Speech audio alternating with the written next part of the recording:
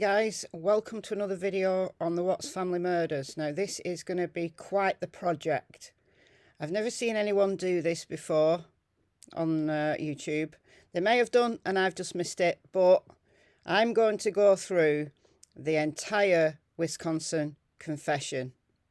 So this was on February the 18th, 2019. Detective Dave Baumhover from Frederick Police Department, Agent Tammy Lee from the Colorado Bureau of Investigations, and Special Agent Graham Coder from the FBI went to Wisconsin to Dodge Prison to get a full confession from Chris Watts. I'm going to go through the entire 5-some hours that was released by Denver 7, and other people have kind of put it online, but I'm going to go through it piece by piece with commentary. This is going to take quite a few videos. It's going to be quite the project, so stick with me and hopefully you find this informative. I'm Michelle, by the way, if you're new to the channel. I hope you're well. Let's get into it. Hey Chris. Yes. Do you remember us? Yes. Yes. See? Okay. I see. I'll just take a moment there. Good to see you. Different. They, get the haircut every 2 months. Just to buzz pretty much everything off and all that. So. I'm trying to think, did you have a tea last time? Okay. They have like a little single blade razor, so I just kind of, like go past the stubble, you just kind of. Just do the best you can, huh? Just gotta go with that. Yeah. How are you doing? I'm okay. How about you guys? Good. Good. I did not expect to see this. That's for sure. Surprised. Yeah. Surprise! Yeah, Tammy, I forgot to say at the beginning, Tammy was recording this and the audio is dreadful. You've just got to bear with it. It's all audible, but it's just that kind of background humming. They were in a computer room. I find it really irritating, but I'm used to it now. I've listened to this so many times. So, yeah, if this is the first time you're hearing it, yeah, the background noise is annoying, but bear with it. Put some fears aside. We're not here for what you might think we might be here for. Well, they didn't know what this is a computer room. I was like, I didn't know how to computer room. Without computers. Exactly. So, you remember, I talked to you, Tammy talked to you, Dave talked to you. We're all from Colorado. And so, the last time we talked to you was a different situation, right?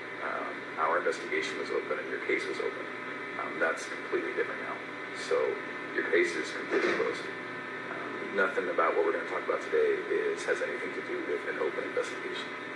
So we're not here to get more charges on you or get any statements from you that are going to jam you up anymore, right? That's all done. So all of our cases are closed and the court case is closed. So it says all of our cases are closed. So presumably that means cases against Nicole Kessinger and anybody else that they were interested in. For people who don't know very much about the Chris Watts case, the murders occurred on the 13th of August 2018. Chris was interviewed by Graham Coder on the 14th, where he spent several hours with Graham Coder.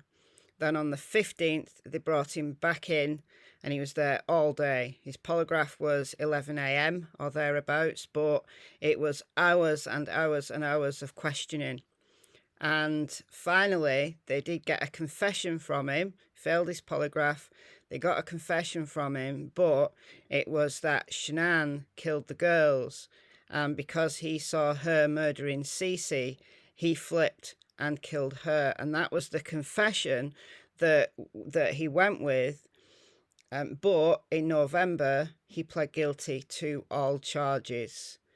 So that kind of vindicated Shanann. But in those months, those 3 months between the confession, the original confession in August, and then the November pleading guilty to all charges, it set the scene for what we see now on YouTube and Facebook and probably other social media, where Shanann is implicated. People still think Shanann took part in those murders, that she murdered the girls. So this really is Tammy, Dave and Graham's way of setting all of the records straight and getting a complete confession. But all cases are closed. So that's what we're going in with. That's what we need to keep in mind as we go through this long series of videos. And I'll split them up into kind of, I don't know, 15, 20, 25-minute chunks so that they're easy to listen to. Nothing that we're going to talk about today that's going to get you in any type of more trouble at all. And so I wanted to make sure you knew that's not why we're here. Okay. But why we are here. So the three of us work from three different agencies, right? Quite a bit different. CBI, FBI, and Frederick PD. Different goals. And the things that happened with you kind of all brought us together. And as the months have passed on since everything happened, we just keep in touch with each other and we keep talking to each other. And we've all separately kind of said, did Chris seem unique to you? Me and Tammy have talked about this, Dave and I have talked about this. Did Chris's situation seem different to you? And we keep having that conversation. We can't quite put our finger on it, right? We think that your life leading up to all of the things that happened were very interesting to us. And for me personally, I don't know if you remember, but one of the last things you told me was, hey, Graham, I'm sorry that I started lying to you. And that stuck with me for the last couple months. It's been ringing in my head, right? I've never, ever worked a case like this where someone told me that, ever. And so as I walked away, I thought, Chris is different. Chris is a little bit unique in that regard. And I think the fact that Chris is unique is another reason why so many people are so still, nearly 3 years later, heavily invested in the case. YouTube videos about Chris Watts tend to get way more views than other crime cases. Certainly on my channel, if I do a video about another case, it doesn't get nearly as much traction, nearly as much reach, as much engagement, as many views as when I do Chris Watts videos. So there's still very, very clearly interest in this case. But why? Why? Amongst the millions of other cases that people could talk about, why are people still so heavily invested in this case? And I think one of the reasons is Chris is such an interesting character. He's so unique in that he's not your typical murderer. He's not your typical psychopath. People call him a narcissist, call him a psychopath, but he doesn't have those traits. I've done videos on Chris, is he a psychopath? I've done videos on, is he a narcissist? Now, it appears, I guess, that he does have some kind of covert narcissistic traits, but what you've got to think about when you're looking at the psychology of somebody is you've got to see them at their baseline. You've got to see them at their normal before you can really start to make those kind of informed judgments. Because once somebody's in a highly unusual situation, like being charged for a murder or being interviewed as a suspect, or even being, having contact with him from behind bars, you're going to get a very different kind of viewpoint about that person. They're going to behave slightly differently. So it's easy to kind of put a spin on it that they're a narcissist because they're just focused on themselves. But if you're in prison, probably you've got very little else to do but be focused on yourself. So I don't think Chris is a narcissist. I don't think he's a psychopath, and these officers didn't either. So they're intrigued by him. Loads of people are intrigued by him. The fact that he apologised for lying is unusual. It's not completely unheard of, but it's very, very unusual. So I can understand why the FBI, the CBI and Frederick Police Department were intrigued by Chris. And the other thing, of course, is that, Shanann put so much information out about their lives. And yeah, it was the positive elements because she was on social media, because she was, essentially running a business. that was focused around recruitment and retention and getting people to engage with her and her products, that you get this kind of positive spin about their family. And you've also got to remember that that's not the truth either.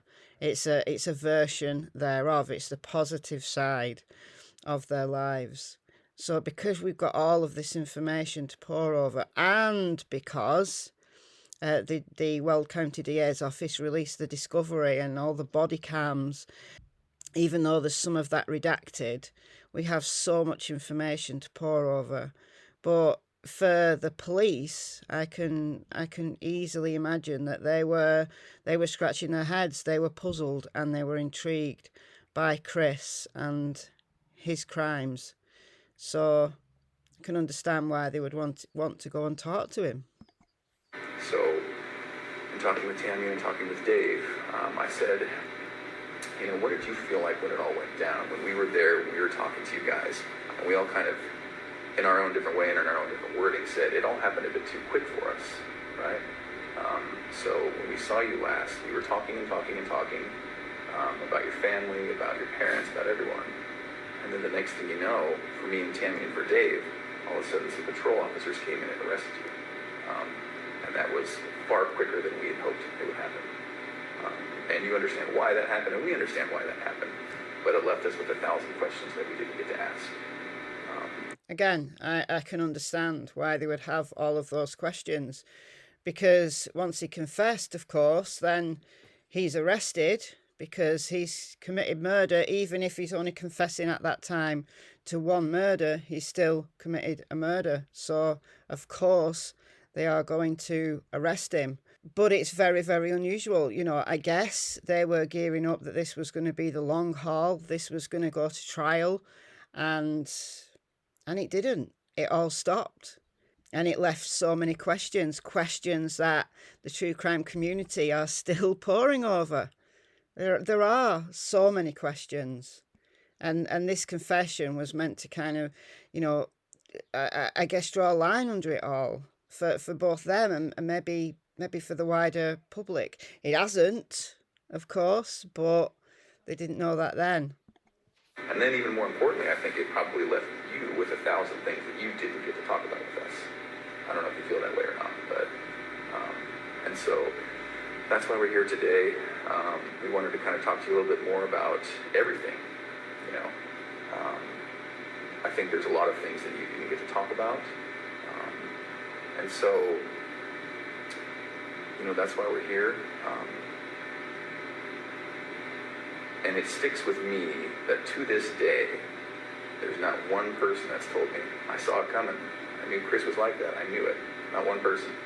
So it's interesting to me, right? Not one. So we want to talk a little bit about that. Some of the people that we work with, your family, Shanann's family, have said, if you get to talk to Chris, would you tell him some things for me? So we have that to talk about today, and it's good. I think you'll like it. I think it will give you some closure. And so really that's why we're here. Are you available to talk to us? Definitely. Okay. So he agreed. He said, yeah, definitely. Are you available to talk to us? Well, he's not doing much else, is he? But he agreed to this. Okay, he could have said no and gone back to his cell, gone back to prison life. He agreed.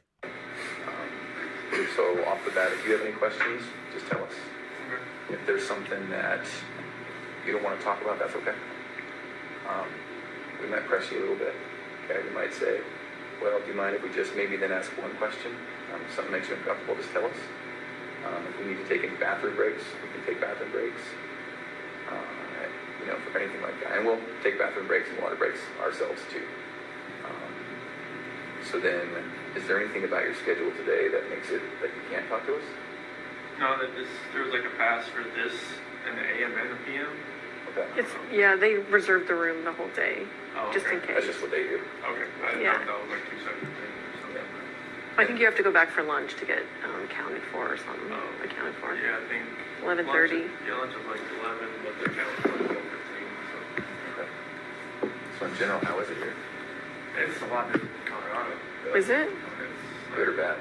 it's better, I think, because I mean, it's here. I'm actually around other people. I mean, in Colorado, it was just like I was segregated, and it was pounding on the walls all night, screaming, and just just telling me From other people? oh, Really? they were just telling me like how I should kill myself, and like what they're gonna do to me, and just like all that kind of stuff. So, it was today. This is a lot different because I mean, people here don't seem to. It's not like they don't care, but it's just kind of like they don't like judge you as soon as you walk in. Colorado was like they knew why I was there, and that was it. They were just like if they had 1 second on hold of me, it would have been Really? they would Gee, man. Must be out then. out of like Will County Jail. I don't know what it was like in DOC there, but like, they had to lock down the jail for me to walk down the hallway. Wow. At will? So they had to make sure you were completely separated from anyone else. Jeez. Wow. Like I didn't see anybody else there. Like I was in the cell next to somebody, but like I never saw them. You just hear them. How did they know who you were? I don't know. I just they make phone calls in there too. Oh, okay. And they got the newspaper in there before I got in there. So Yeah. How have you been able to talk with family oh, members? yeah, definitely. Like we get from 6 p.m. to 7:30. That's our my unit's time out. So we get to use the phone at that point in time. Really? Mm-hmm. And do they charge you for it, or? Oh, it's just like it's like Securus or something. Okay. And how do you make money to pay for that? They put money on the phone. Oh. So if I call, like, if I was like to dial somebody's number, they'd have to have like a phone account set up. Oh, I Otherwise, it's gotcha. unrestricted. And then so who you call pays for it? Yes. Oh, okay. Have you been able to talk to like family members and parents and all Yeah, that? my mom and dad, my sister. Okay. Good. Is that a good thing? That's a good thing. Good. Good, man. Yeah, they don't hear from me. They're like, "Oh, what's wrong?" Oh, good. And how is it with them? So far, so good. Yeah. Yeah. It was hard to hear your parents at sentencing. Yeah. I didn't know what they were gonna say. So, Yeah. And so, yeah. I really appreciated what they said. I don't know about you. I definitely was. I didn't expect them to be there. I knew they were there on the 6th, but I didn't expect them to fly back, and I wanted to fly back for that. So. Yeah. And then what your mom said. Definitely. Okay. Good. Well, so we have 1,000 questions. I'm sure you do too. Do you care if we start, or do you have any questions for us? Go ahead. Okay. All right. So one of the things that we're battling with is... So again, he's agreed to this. Go ahead, he said. and I won't make any assumptions today, so are you aware that this was a national story? After a little while, I didn't talk to my parents while I was in Colorado. Okay. Because, I mean, my attorney team told me, all right, no phone calls, no letters, no nothing. Okay. So, like, I made one phone call when I was in the segregation area there, but my dad thought it was, like, somebody like a news. Somebody trying to call. So he didn't answer? Yeah, so he didn't answer.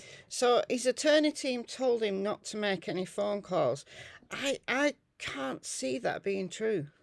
I don't know. There might have been reasons why his attorney team said, don't talk to anyone. But knowing that he was under complete segregation and he had complete lack almost of human contact, would they really have told him not to talk to his family? Or was it, as I suspect, that he didn't want to talk to his family? I don't know. Let me know what you think. Other than that, Okay. I didn't talk to anybody, but from what some of the deputies were saying, that, or my attorney team coming in and said, this is like, they've got people from Australia, England, and all kinds of people trying to figure out what's going on. So.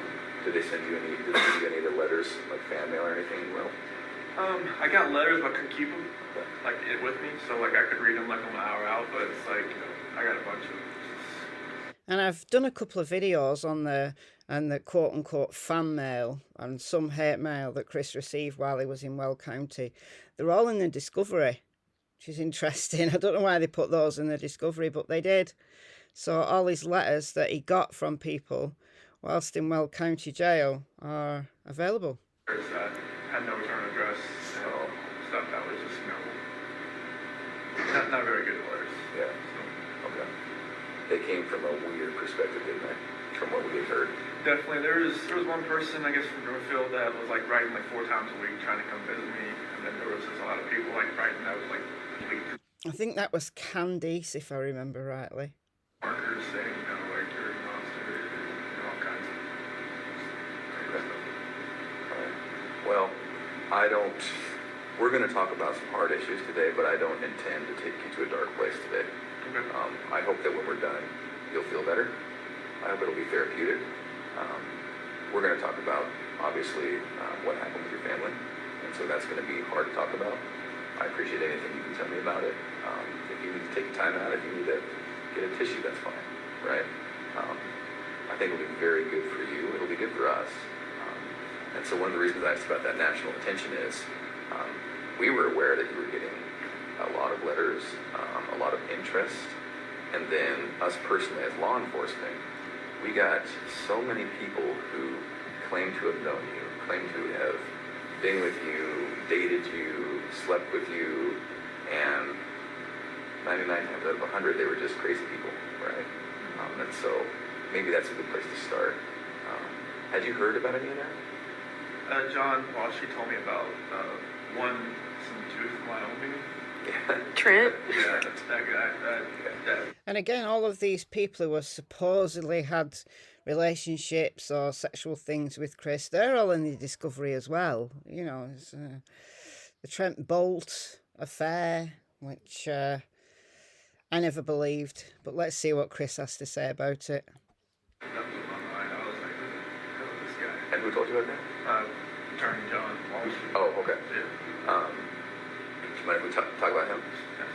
Graham and I interviewed him. You had to? Yes. A waste of our lives. Yes. So Trent, in summary, Trent came in and said, met you online on a dating app, had a few, casual but quick sexual encounters with you.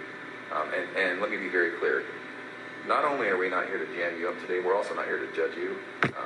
And if there is anything like that, you can imagine we've heard way worse, way different, So if it's true, I hope that you can just casually say, yeah, I mean, this happened. It wasn't as bad as he said, but maybe this happened.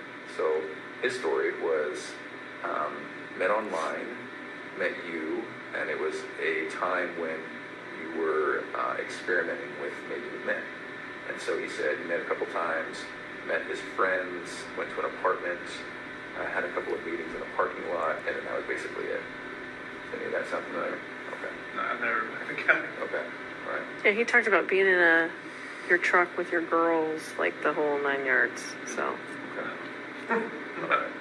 I've never even been to Wyoming, let alone driven up there to see someone. Yeah. And so this is maybe a weird question for you. Do you have any gay experience? No. Okay. Any interest? No. Okay. Ever had a time experimented, wondered? No. Okay. Is it possible that he found you instead of you finding him? From what John told me, just found me on like a WhatsApp. Yeah. I don't even have that app. Okay. You got it on my phone, so Okay. you we know. could probably saw what app I have. Okay. I've never even heard of the app, but Okay. apparently, like, he told me, like, I met him through, like, a rehab center or something. Is that what he said? No, that was another guy. Okay. Yeah. Yeah. Yeah, it was totally, I had no idea. So did you see a picture of him on the news or anything?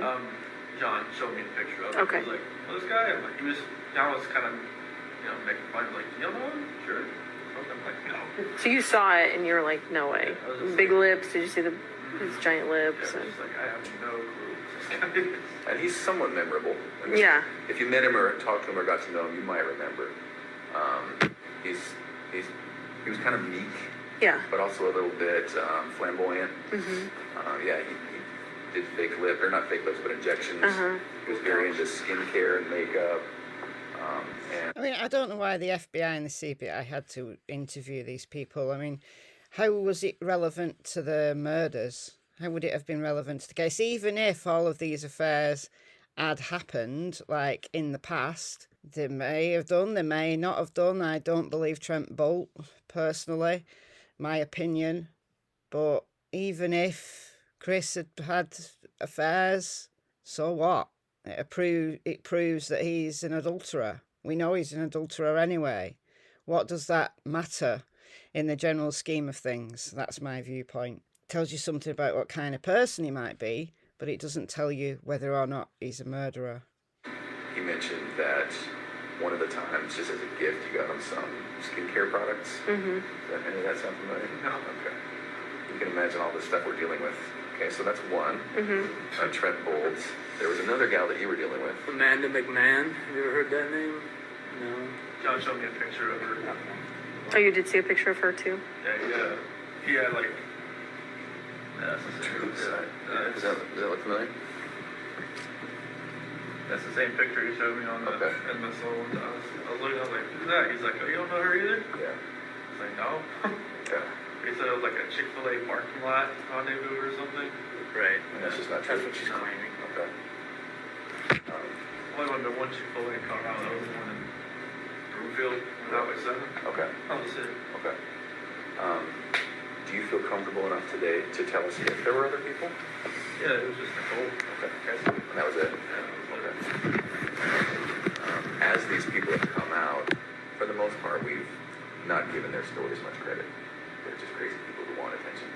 Do you mind if we talk a little bit more about Nicole? Okay, so walk me through it, because that was one of the things we never really got to ask you about.